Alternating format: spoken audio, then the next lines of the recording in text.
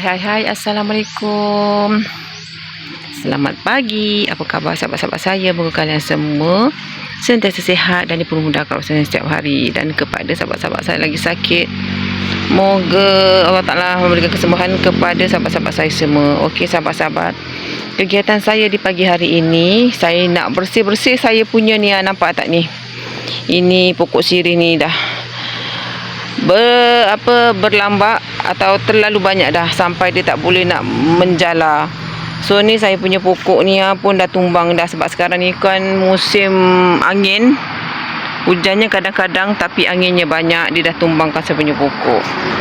So pagi ni saya nak bersihkan semua saya punya pokok-pokok yang ada di sini supaya dia kelihatan kemas sikit dan sedap mata memandang. Okeylah sahabat-sahabat, jomlah kita melakukan kegiatan di pagi hari ini dengan jayanya, insya-Allah. Okey sahabat-sahabat, teruskan menonton kegiatan saya di pagi hari ini. Semoga sahabat-sahabat saya terhibur. Enjoy.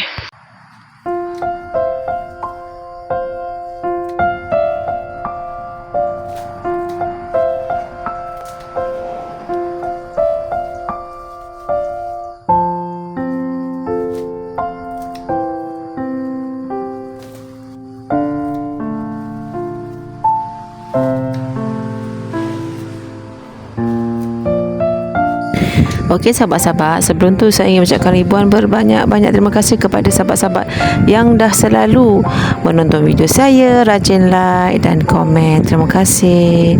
Dan kepada sahabat-sahabat yang baru menemui channel saya, sudilah sekiranya like, komen, share dan subscribe agar saya di sini lebih bersemangat nak buat video-video seterusnya. Terima kasih. Selamat berkenalan.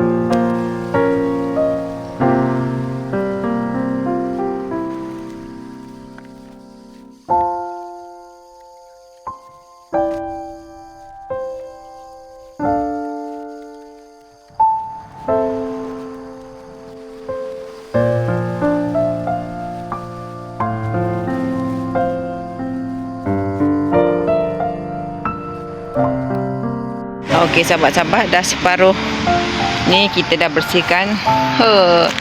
Dia punya akar tu memang keras amat. Jomlah kita sambung lagi.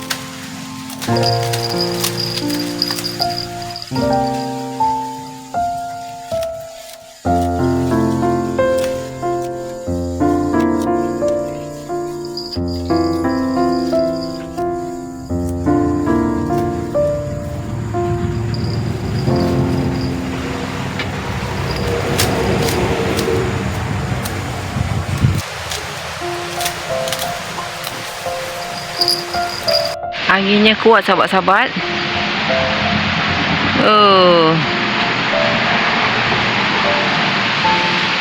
So Semoga baik-baik sahaja. Kuat angin.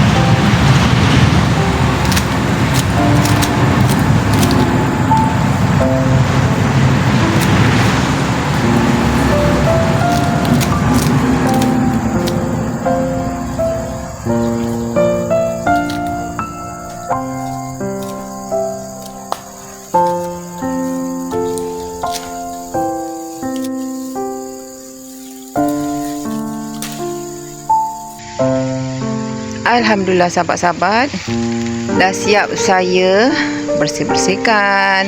Saya pruning mana yang tak berkenaan tu.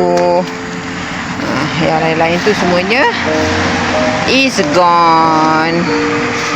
Barulah nampak sikit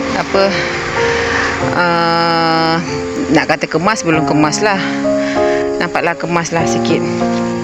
Lagi serabut sebelumnya tu kan. Nampaknya saya punya video pun dah terlalu panjang. So kita tunggulah di part 2 pula.